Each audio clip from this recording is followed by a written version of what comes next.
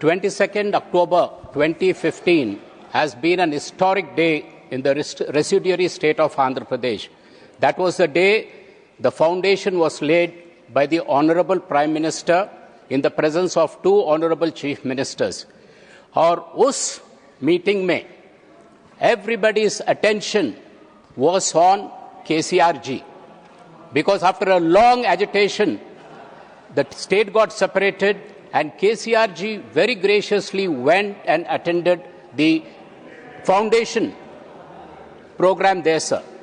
And I would like to place on record, everybody were looking forward to what Chief Minister KCRG would be saying that day. और उस दिन KCRG यही बात बताए कि एक शरीर के दो आंखें, one body, two eyes, which is Andhra Pradesh and Telangana. And from that day till date, Honorable Sir, we in the BRS, we the people of Telangana have been maintaining the same stance. We have been repeatedly saying, our leader also said many a times after that, Prantala Variga Veraudam, Annadamulga Kalshundam. Let us get separated as a region, but let us remain like brothers and sisters. That is the brotherhood, Bohemini, which my leader KCRG wanted, because he knew the strengths of both the states. He knew if both the states together work towards prosperity, the Telugu people will benefit. But तकलीफ की बात यह है कि उस दिन से आज तक तेलंगाना के ऊपर कुछ ना कुछ साजिश होते ही रही सर। उदाहरण के लिए जब तेलंगाना बना तो उस दिन कहे कि भाई बच्चे का जन्म हुआ और माता का मृत्यु हुआ, फिर उसके बाद कहे कि भाई बंद कमरों में दरवाजे बंद करके पेपर स्प्रे डालते हुए बिल पास किए। तो ये आप लोग कहते आए और ये बात 12 साल से कहते आ रहे हैं। और मैं आज पूछना चाहता हूं कि 12 साल में आप कितने अमेंडमेंट्स वो बिल में यहां पर ला चुके हैं? Can you say how many amendments have you got to better the bill? My record says there only 2 amendments since 2014 till date, only 2 amendments have come in. एक बार अमेंडमेंट आया जो हमारे तेलंगाना के 7 मंडल खम्मम से आंध्र प्रदेश में मिलाया, हमारे परमिशन नहीं हुआ स्टेट असेंबली का, किसी से चर्चा नहीं हुआ, जबरदस्ती उठा के वहां पे डाल दिया आप। और आज भी हम पूछ रहे भाई आप हमारे मंडल वापस दीजिए। हमारे कम से कम 5 गांव, जैसा महाभारत ने पांडव ने पूछा कि भाई कम से कम 5 गांव हमारे दे दो, आज हम वही बात पूछ रहे मगर उस पे भी कुछ चर्चा नहीं है। अब हमारा तो पूरा support hai. We want Andhra Pradesh to prosper. We want them to develop. But let it not be a AP reorganization bill को आप AP reconstruction bill मत बनाइए, क्योंकि सर तेलंगाना बनने के बाद जो हमारे नेताओं के ऊपर जो जिम्मेदारी थी वो पूरा देश दे चुका है कि 10 साल में आज तेलंगाना नंबर 1 स्टेट बन चुका है। और आप ही लोग कितने अवार्ड्स दिए, जितने भी मंत्री लोग यहाँ बैठे हुए, हर मिनिस्ट्री का एक रिवॉर्ड तेलंगाना को आया। और उसकी कारण यह है कि my leader wanted the blood of the martyrs who sacrificed for the state of Telangana should be fulfilled in the form of making Telangana the number 1 state. Budget में आप बताए उस दिन कि भाई आज हिंदुस्तान दुनिया का नंबर 1 राइस प्रोड्यूसिंग स्टेट है, और उसकी कारण यह है कि आज तेलंगाना हिंदुस्तान का नंबर 1 स्टेट है। और उसका कारण भी यही है कि तेलंगाना में सेंट्रल गवर्नमेंट से 1 पैसा ना लेते हुए दुनिया का world's biggest largest multipurpose irrigation project lift irrigation Kaleshwaram बनाए।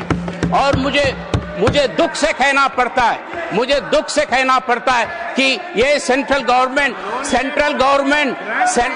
ग्रांट और ये सेंट्रल गवर्नमेंट उनको जानकारी भी नहीं है। आपको बोलने सर मेरा वक्त जा रहा है साहब, please bring house to order. मेरा वक्त जा रहा है सर, नहीं ये गलत है, आप बाद में बात करें क्योंकि आपको बाद में अभी सर ये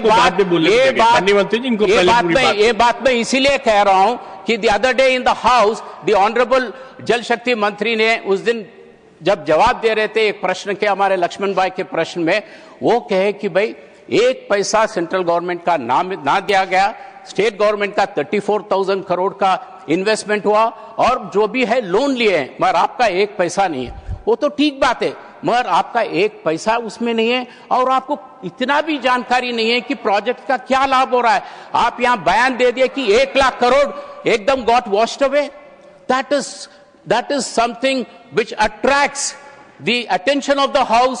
In my view, it attracts the privilege of the House for the Honorable Minister to mislead this august House by saying 1 lakh crores of Kaleshwaram project got washed away. Sir, in this regard, I would like to explain, I would like to enlighten, I would like to tell the people of India through this august House and enlighten my honorable members here, Kaleshwaram project का कोई एक dam नहीं है, कोई एक barrage नहीं है। Kaleshwaram project के 3 बैरेजेस है, 15 रिजर्वायर्स है, कम से कम 15,000 का पाइपलाइन है, 25 टनल है, अनेक सबस्टेशंस है। और आज भी कांग्रेस गवर्नमेंट का इनएफिशिएंसी से जो नुकसान हुआ वो एक ही बैरेज का और उस बैरेज में सिर्फ 2 पिलर गिर गए थे सर।